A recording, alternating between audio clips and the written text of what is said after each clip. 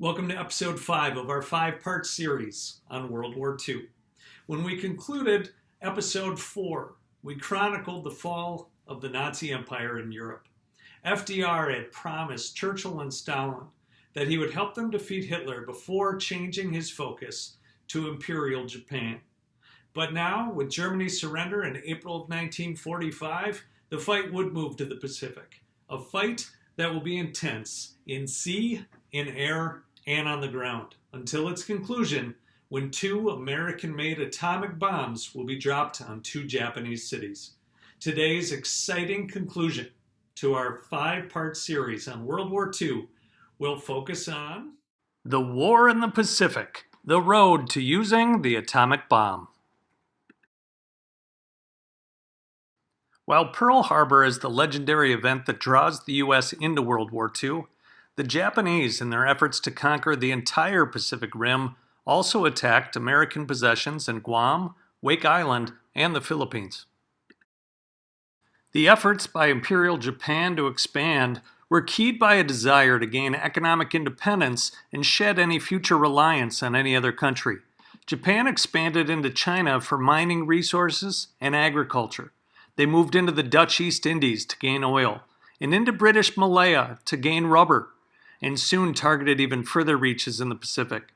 This was the intention of imperial leadership and the Japanese military early on, and the attack on Pearl Harbor to eliminate the U.S. Pacific Fleet was meant to take the only major obstacle out of the equation. In 1942, as American forces were arriving to fight Italy and Germany on the European front, orders were given to American General Douglas MacArthur to evacuate U.S. troops from the Philippines, a U.S. possession since the Spanish-American War of 1898. These troops were being overwhelmed by Japanese air attacks and a devastating ground invasion. MacArthur, however, was reluctant to surrender the islands, and after following orders to retreat to Australia, issued an angry statement to reporters. He said, "The President of the United States ordered me to Australia for the purpose, as I understand it, of organizing the American offensive against Japan. But my primary objective is the relief of the Philippines, and I shall return." There's a movie about it. Unfortunately, not all American soldiers escaped the southern peninsula of the Philippines with MacArthur, and the Filipinos that were fighting by their side were captured as well. 76,000 Filipino and American POWs faced intense tropical heat, a lack of food and water, and a forced march through mountains and jungle of 60 miles. They were denied water, denied rest, and many were beaten or tortured. Over 10,000 died on this 6-day trip known as the Bataan Death March. Many executed simply because they asked for water or because they could no longer keep up. This is a blatant violation of the rules of war as established by the Geneva Convention. Now, the Geneva Convention was originally signed by 12 European countries in 1864 as a result of the horrible treatment of prisoners of war resulting from a conflict between Italy and Austria. This agreement stated that prisoners of war shall at all times be treated humanely. They should be given food and water. They should be protected, particularly against violence. This treaty was revised several times. In 1906, 35 countries were added. In 1929, it got more specific in its provisions, and after World War II in 1949, all the countries of the world would eventually agree to the Geneva Convention. At the end of World War II, surviving Nazi leaders were found guilty of violations at the Nuremberg trials, and Japanese commanding officers from the Bataan Death March were tried and executed for violating the Geneva Convention as well. The Japanese Navy, after driving Americans out of the Philippines, moved to take control of New Guinea and the Solomon Islands, possessions of Australia, the Netherlands, and Britain. Here, the Battle of the Coral Sea took place, where American and Australian naval pilots fought Japanese planes and enemy ships to prevent Japan from gaining large footholds from which to stage an invasion of Australia or New Zealand. While successful, the battle cost the U.S. Navy some important pieces, and the Japanese gained some small islands. There's a movie about it. Knowing the U.S. Navy was still badly damaged from both Pearl Harbor and the Battle of the Coral Sea, Japanese aircraft carriers aggressively moved on Midway Island, a U.S. possession. This was not to gain the island, but to lure the remaining U.S. Pacific Fleet out of Hawaii with the hopes of destroying it once and for all. Japanese carrier-based planes attacked the airfields of the U.S. base at Midway, but the American planes got in the air quickly and dogfights ensued.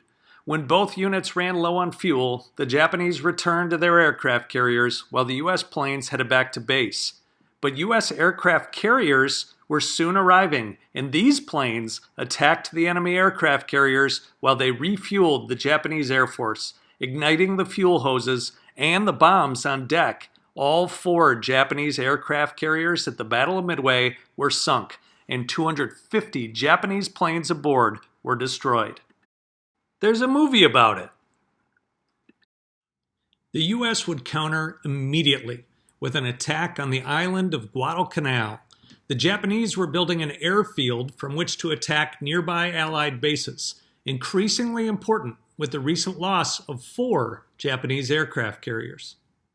The island of Guadalcanal was mostly dense rainforests. The Japanese construction of an airfield in the northwest portion of the island would need to be stopped, because from there it was only a 2.5-hour flight to reach Australia. Now, despite greatly outnumbering the 20,000 Japanese on the island, 60,000 U.S. Marines would take 6 months to gain control. As they pursued the enemy into the rainforests, thousands of U.S. soldiers were killed by unseen sniper fire. The 7,000 plus American soldiers lost hailed from all 48 states. There's a movie about it. The difficulties of winning control of Guadalcanal Island led the U.S. to change their strategy completely in the Pacific. Instead of trying to take every single Japanese possession back to the Japanese mainland, they decided to island hop. The purpose of island hopping would be to reach Japan more quickly by skipping certain islands and trust that the U.S. Navy would be able to cut off supply lines to any bypassed possessions. Now, when the U.S. forces successfully hopped to the Mariana Islands in June of 1944, forcing the Japanese out, the war starts to change. American land-based bombers could now use the airstrips of the Marianas to launch raids directly onto Japanese cities. And, as I bet you could have guessed, there's a movie about it. So next, the U.S. Navy and Marines would attempt to take back the Philippines. In the largest naval battle in the history of the entire world, the U.S. destroyed 26 frontline Japanese battleships while only losing 6 themselves, and took out the last of 4 Japanese aircraft carriers. This will bring about the beginnings of kamikaze tactics.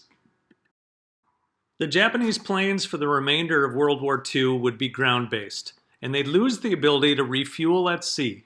So Imperial Command ordered pilots to load their aircraft with bombs, and without the ability to return to base due to fuel shortage, deliberately crash into U.S. ships at the end of each airfight.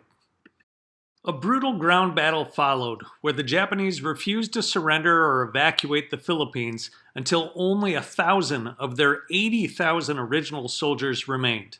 MacArthur obviously did return and freed the Filipinos, but the kamikaze pilots and the bloody fight to almost the last man convinced him that the Japanese military preferred death to defeat, and American fear grew that Imperial Japan would never surrender. It would keep fighting and fighting to the last man, as it did in the Philippines. There's a movie about it.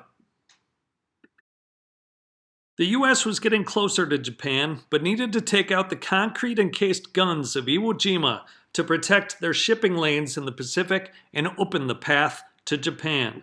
The island was a target of fire from a distance for 74 days, but most of the 600 guns survived.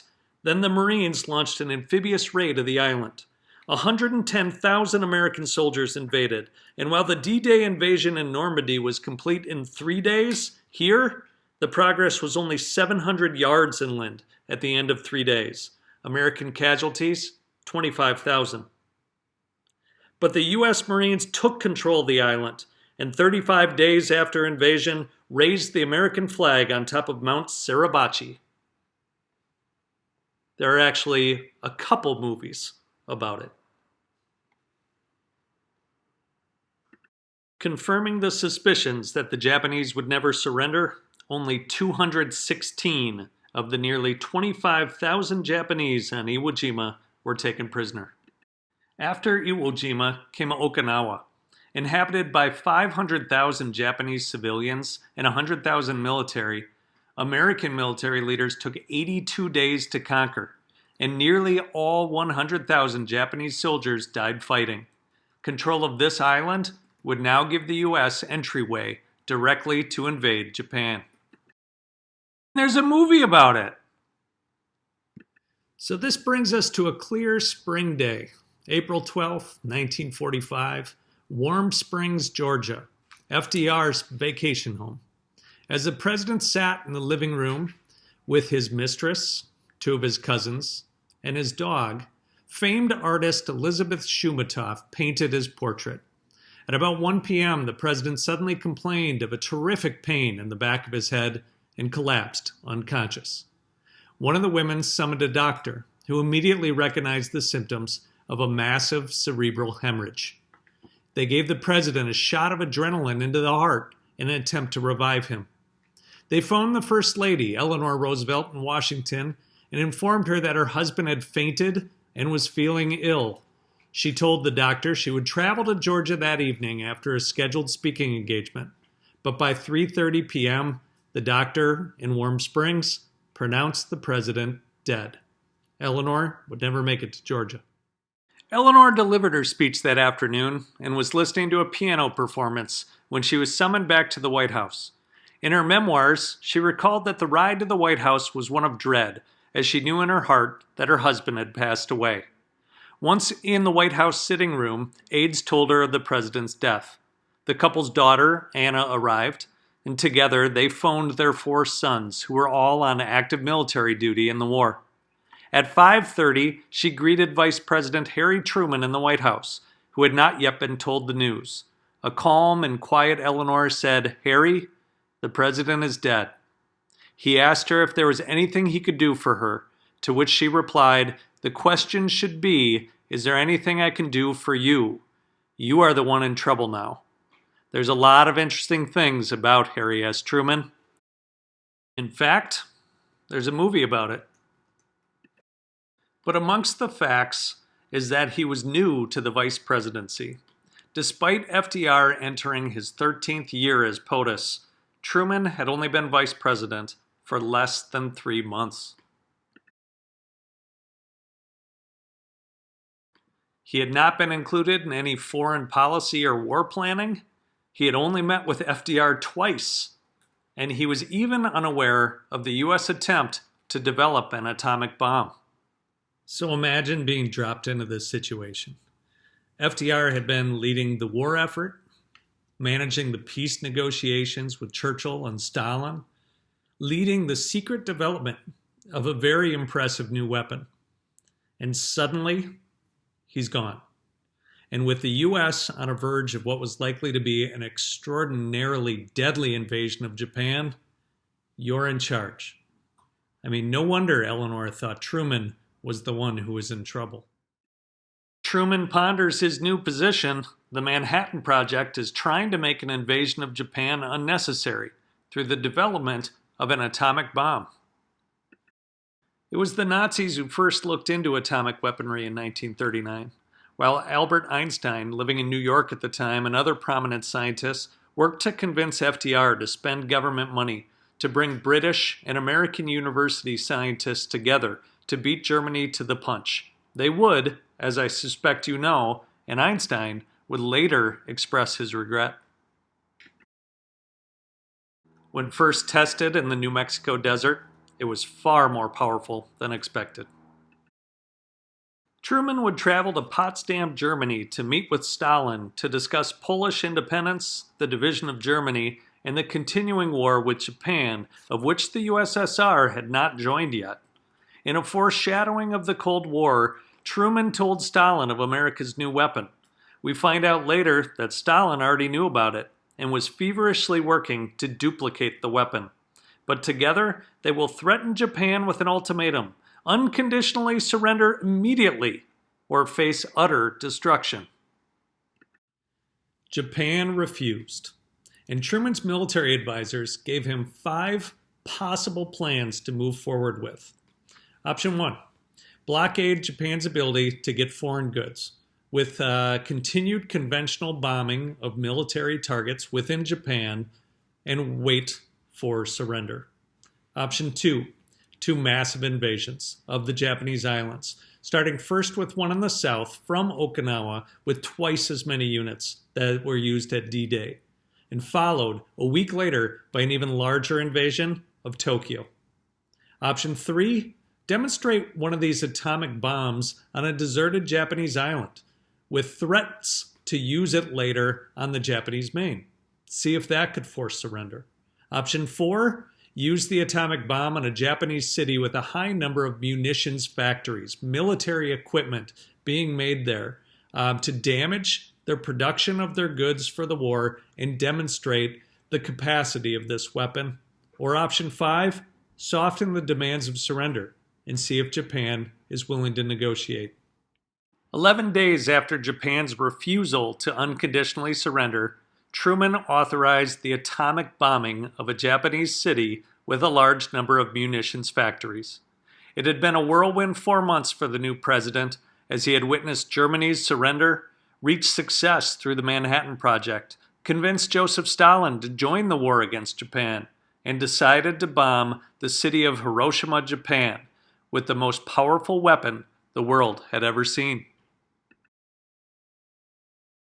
On August 6, 1945, Hiroshima, Japan was annihilated in seconds. 90% of the city was incinerated, and 80,000 Japanese civilians were killed. And there is a movie about it.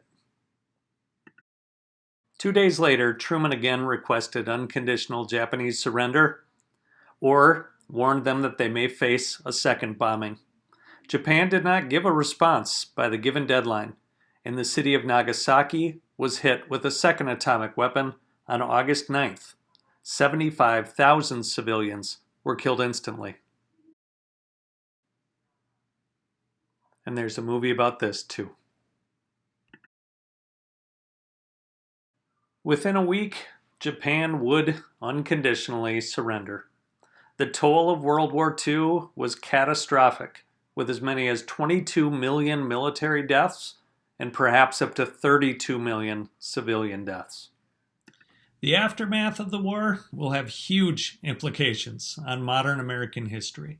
And for those of you in APUSH history, Time Period 8 will address the Cold War and the rapid expansion of American military and economic influence around the world. But for now, this completes our 5-part series on the role of the United States in World War II. Thanks for watching.